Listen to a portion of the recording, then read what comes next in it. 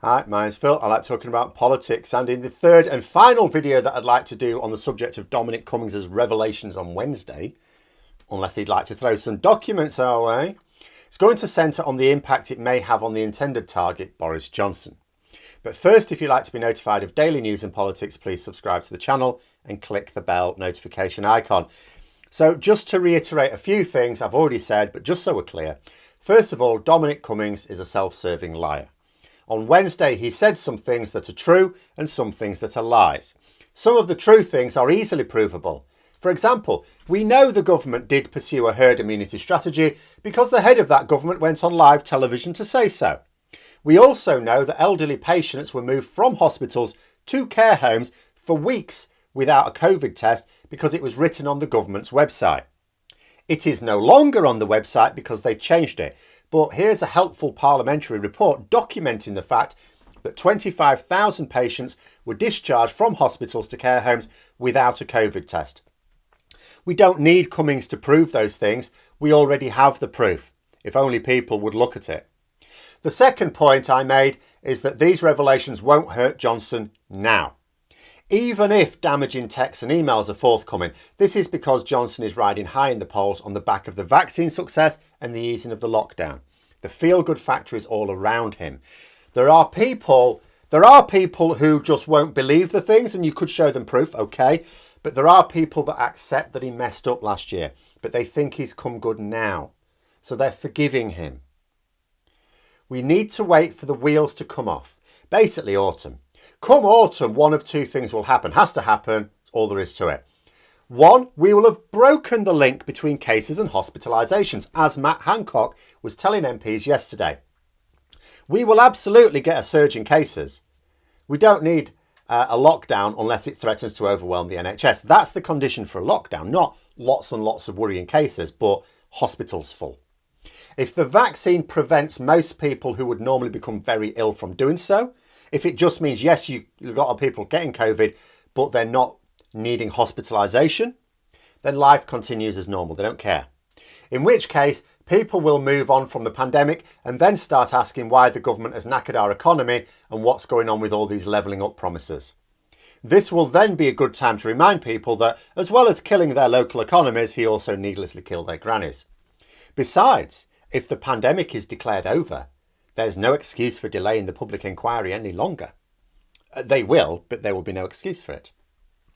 Then there's the second possibility, and this is that the rise in new cases this autumn also sees a worrying rise in hospitalisations, whether due to new vaccine-resistant strains emerging or just overconfidence in the efficacy of the vaccine in keeping the NHS safe.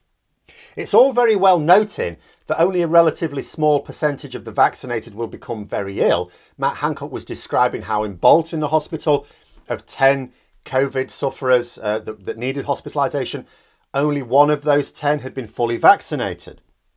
But that was still someone who was fully vaccinated. If the number of actual cases explodes, even a small percentage of that needing hospitalisation can still translate into no hospital beds left. In which case, that will also be a good time to remind people of the cack-handed way in which the government ran things at the start, in the middle, and what was supposed to be at the end of the pandemic. And what will the details of those failures be? Well, in terms of what we know were failures and what Dominic Cummings said about them, first we know that we got a lot of advance notice of this pandemic and that we are an island. I mean, most of us know that we live on islands. Dominic Raab was not aware of this whilst he was Brexit Secretary, but he knows now. He learned. So he did know by the time the pandemic came into view. As a result, we had a golden opportunity to maintain strong port health, just like other notable island populations like Japan, Australia, New Zealand, and the very populous, but also relatively poor, Vietnam. All maintained strong borders against the virus and had only small outbreaks that were immediately stamped upon.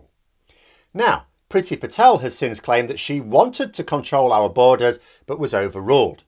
This ties in with what Cummings was claiming, that Boris Johnson was dead against it. After all, who is there to overrule the Home Secretary on border issues? Only the Prime Minister. Cummings said that Johnson never wanted a proper border policy. He also said, this was odd, that Johnson felt that the lockdown was a mistake at this point.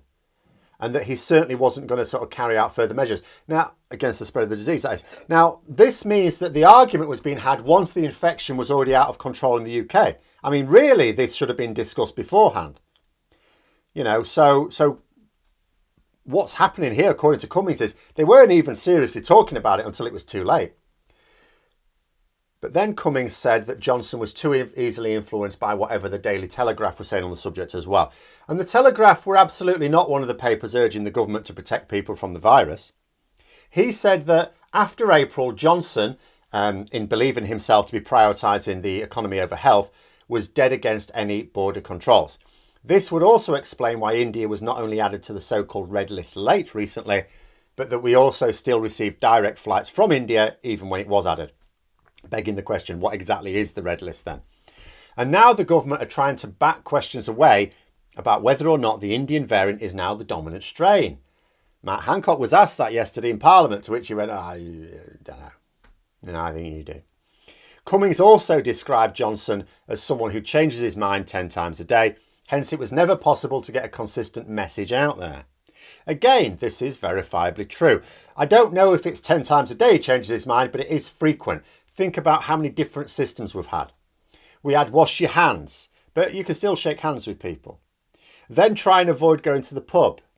Oh, you didn't stop going to the pub, so we're going to go into lockdown now.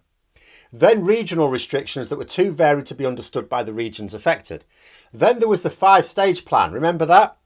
Even that had different versions. They tried to say you had a calculated value. You put these numbers in, out it comes. It was complete nonsense. So that was soon dropped. Then we had this, and this was going to be operational throughout the entire pandemic. You know, this 5-stage plan. And that was soon dropped in favour of be careful. That was the official government policy at one time. Careful now. Then we had opening schools with no face mask or ventilation requirements in classrooms. Then we had a second lockdown, but too late for just a couple of weeks lockdown, the so-called circuit breaker. It was set at 6 weeks, and even that wasn't going to be enough, said the experts. And it wasn't enough, but it ended anyway. Then it was, we're going to ease restrictions for Christmas week. We'll have some restrictions in place. The regional stuff is coming back in, but different. And it actually was better, the regional stuff, because instead of just saying, right, people in this part of town have these restrictions, people in this part have these restrictions, without any effective way of telling people what their restrictions were, you had different stages, different tiers. So it was a little bit easier to communicate, but it was still a regional system. But you were going to have Christmas week off. Then it was eased restrictions only for Christmas Day, but that wasn't announced until just before Christmas. So that didn't go too well. Then it was schools all opening again. That lasted one day and then lockdown came back. They opened schools up for a day, lockdown. Then lockdown was eased in stages in a way that would mean we never go backwards, only forwards.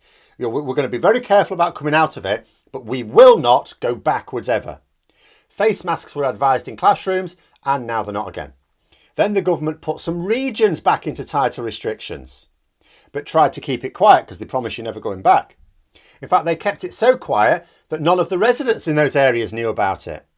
Then the government said this week that they will reset that and think about it again because they didn't actually know what was going on. And now here we are, with the lockdown all but over, one more layer to peel away and a rising number of cases again. So the second things aren't going the way Boris Johnson promised they would, the following can be used against him and him directly. 1. Refuse to control our borders. Him being a Brexit boy and everything. 2. Refuse to make schools safe. 3. Said he didn't care about the pandemic because it was only killing old people. 4. Said he'd rather see the bodies piled high than authorise another lockdown. And 5. Based his policies on journalists at the Daily Telegraph rather than accepted experts. And that's just what Dominic Cummings has fired at the Prime Minister. Doesn't even include his wasting of billions of pounds of our money, including the £100 billion he gave to Cummings for Operation Moonshot. That's not been mentioned for a while. The fact that the NHS did a stunning job of rolling out the vaccine, but were not allowed to be in charge of the test and trace programme. That's funny. Test and trace, handled privately via the VIP lane largely, complete shambles. PPE procurement handled privately by the VIP lane, largely, complete shambles. Vaccine rollout handled entirely by the NHS, complete success. What does that teach us? Oh, that teaches us we should have more privatisation, does it? How interesting. How interesting. But like I said, not going to touch him while he's popular. Conservative MPs yesterday rallied around the government, including Matt Hancock, in a truly sycophantic display. And remember, the only people who can get rid of Johnson are Tory MPs. They're not moving him anytime soon. And won't at all until public opinion suddenly cares about all this, which it won't if they think we're past the worst. But those are my thoughts anyway. Let me know yours in the comments below. Hope you found the video interesting. If you did, don't forget to click the like button. And if you'd like to support the channel further, please also click the Patreon link for details. And until next time, I'll see you later.